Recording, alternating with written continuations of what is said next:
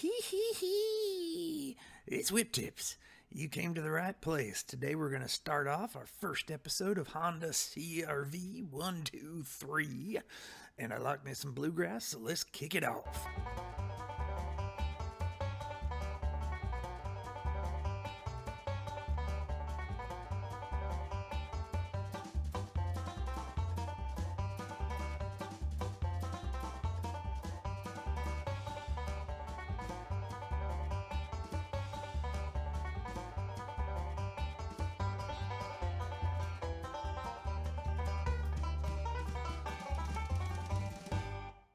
Starting with tools, the first tool you're going to want to buy is this impact wrench. This is the one I got for $100, Cobalt. You can get it at Lowe's. I highly recommend it. The next thing you're definitely going to want are these crow's feet wrenches. These are fantastic. They allow you to get into small, tight spaces where you can't put a socket wrench. I tried to do this project. You'll see me use a adjustable crescent wrench, and that was not the way to go. It worked, but if I had had these sooner, it would have been a lot easier. I highly recommend you invest in these. And with Honda CRVs, everything's metric, so you want to make sure you get metric tools. And if you can get these ones with the ratcheting ends, even better. They're more expensive. I think these are called gears, but they're fantastic. I have one of these, and it's awesome. Definitely want a breaker bar. Some of those bolts are going to be really stuck tight if you've got anything rusted, and a breaker bar will help you break those free. You're going to want probably 3/8 inch driver and 1/2 inch driver. These things are just absolutely required. And of course, you're going to need socket wrenches. For if you have to do anything related to getting the brake rotor off and or some of the stuff, taking apart the knuckle and the actual wheel assembly, etc., you're going to need one of these. You should have one regardless. It's an impact driver. Basically, it's a screwdriver that you hammer on, and it allows you to break free screws that are just frozen shut. Believe it or not, the Sawzall came in really handy with a metal blade, metal cutting blade. Basically, I found out that when it was time to take off the sway bar links, the setup in those things is really weird. Where you've got a hex kind of insert in the middle of it, and then you have the thing around it that's basically you wrench off. So it's an Allen wrench center to hold it still, and then you wrench off around it, and that thing was just frozen shut. I tried my best, but the Allen wrench thing stripped really soon, so I wound up just cutting the things off because one of them was broken anyway, and I was going to replace them. Definitely want a hacksaw. Anytime you find screws that are rusted in there, but you can access kind of the rounded front, they're not flush with whatever it is you're trying to get them out of. You can use a hacksaw to turn a Phillips head hole into a standard flat screwdriver hole. Very useful. And then non-tool stuff, but stuff you're definitely going to want to need. You're going to need penetrating oil, especially if you've got rusty things, so you can just basically spray this all over and deal with it. You're going to want some kind of grease and lubricant to deal with areas where you've got bushings.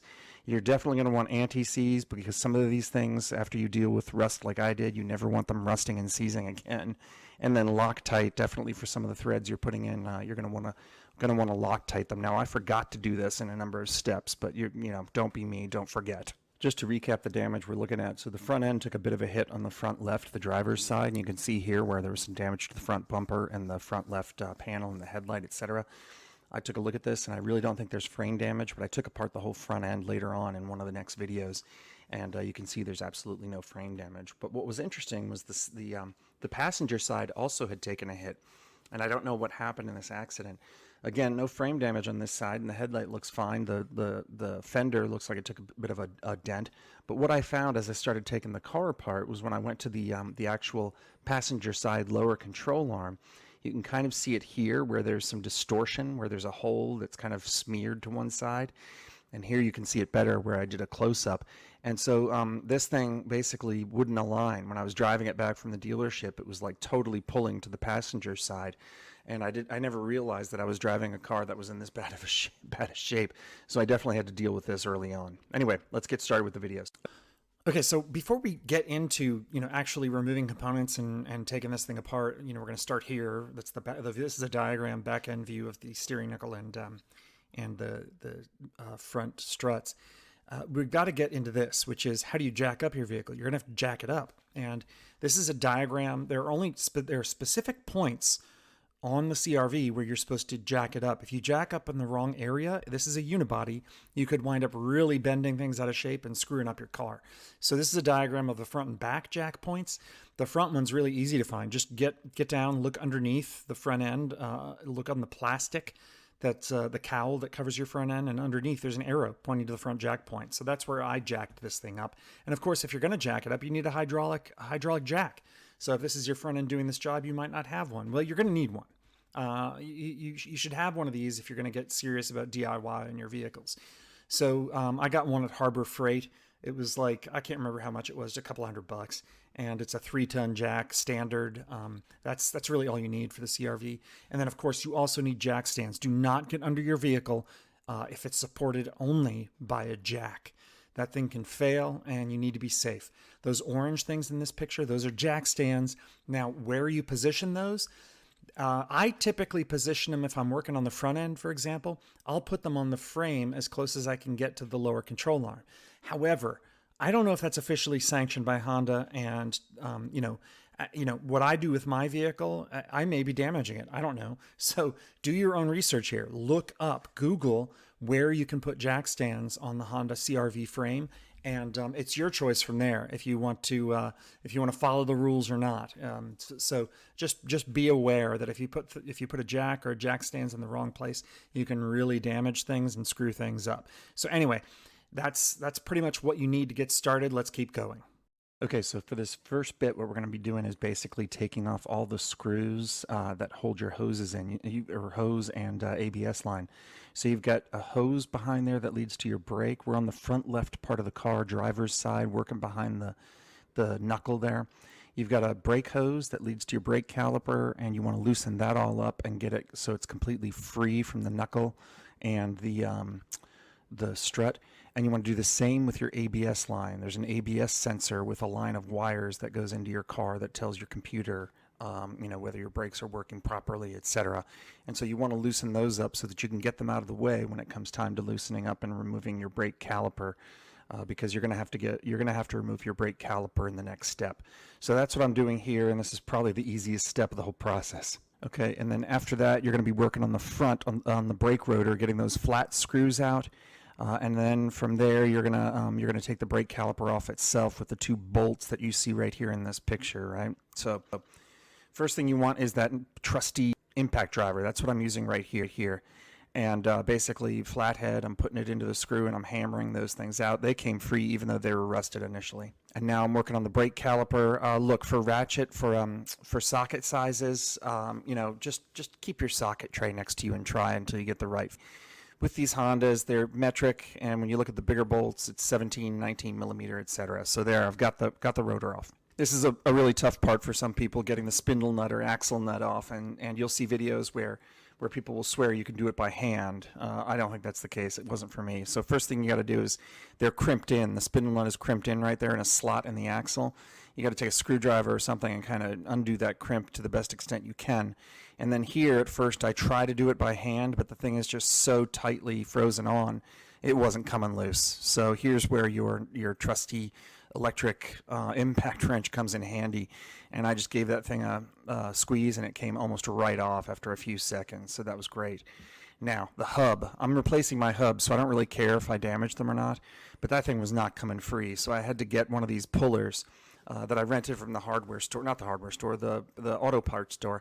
I went at this for a good half hour, slamming that slide hammer, trying to get this damn hub off. It was so frozen on that it wouldn't come off. And so what you're not hearing is all the swearing.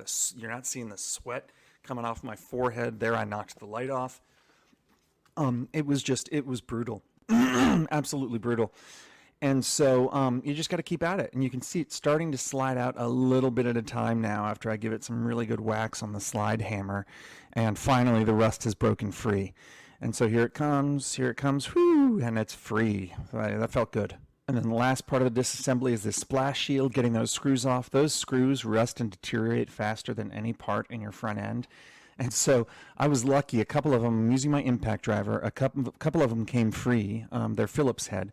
But 1 or 2 of them on the driver's side and the passenger side refused. And so what you have to do there, once you basically strip out the Phillips head, which is exactly what I'm doing right here, what you have to do, don't worry, there is a solution. It's just that it takes more time and more effort and more energy. You break out that the trusty hacksaw that I mentioned earlier on in terms of tools that you'll need. So you break out your hacksaw, and I'm still trying here. I haven't given up. I'm hoping that there's a way to do it, but there wasn't. Break out your hacksaw and you start sawing in a slot. So you're changing the screw head. These things come out. They're not flush with the splash shield. You're changing the screw head into a Phillips head. And you're widening it to the point where you can. Then you're putting on your impact driver. You're putting on that flathead that fits in nicely, and you're giving it good whacks, just hoping to break free that frozen piece of crap screw that Honda puts on their splash shields. Eventually I get it off, and I actually wound up ordering 6 new screws for my splash shields. So I would highly recommend, once you do this, don't put back in your old stripped rusted screws. Take the time, spend the money, get some new screws for your splash shields. You don't need the splash shields, but they're, I like them. They kind of protect the caliper from some of the water that comes up when you're driving in rain, etc. So I wanted to do my best to salvage my splash shields if I could. Although the screws were rusty, the overall condition of the splash shields was pretty darn good. They weren't rusted through. So I definitely wanted to salvage them and keep them if I could. So here we go. Finally, that one came free. I think that was a good half hour of work. And I showed you a little bit of the slot that I sawed into the top of the screw and everything. Now, just because you get the screws off, though, that doesn't mean the splash shield comes off easily. Now, one thing I didn't tell you is I sprayed this Deep Creep lubricant everywhere before I started this process. Every bolt, everything. So here, I'm giving it a good spray to hopefully lubricate and loosen up the splash shield, and I'm taking a wire brush to get rid of some of that rust scale so that it has an easier time sliding off, so I don't have to bend and break the thing while I'm trying to get it off. Trying to be a little bit gentle. I'm using a hammer here maybe to break it free a little bit, and there it goes. Oh, you made it to the end. That's awesome. Listen, I'm Doc. I'm the one who's, the voice behind these videos. And I really appreciate you taking the time to actually watch the whole thing. That's fantastic. If you've got time, if you want to, if you like the video, hit like and subscribe. I really appreciate it. Don't forget to hit the bell button so you get notified of new videos when I put them up. I'm going to try and do one a week. And I'm going to do a bunch of Instagram stuff, so make sure you follow me there and on Twitter. Instagram's going to be the shorter stuff. I don't have any merchandise yet. I'm planning to as the channel grows. If I succeed, I'll get some merch. For now, if you really want to help me in another way, you like these videos enough, I'm going to put links to my books in the description of the video. I'm a science fiction author in my spare time as well, so I'm juggling a lot of balls. But anyway, I really appreciate it. Hope you enjoyed the video, and I'll see you at the next one. Hey, do me a favor and turn this junk off. I don't know how to deal with tech.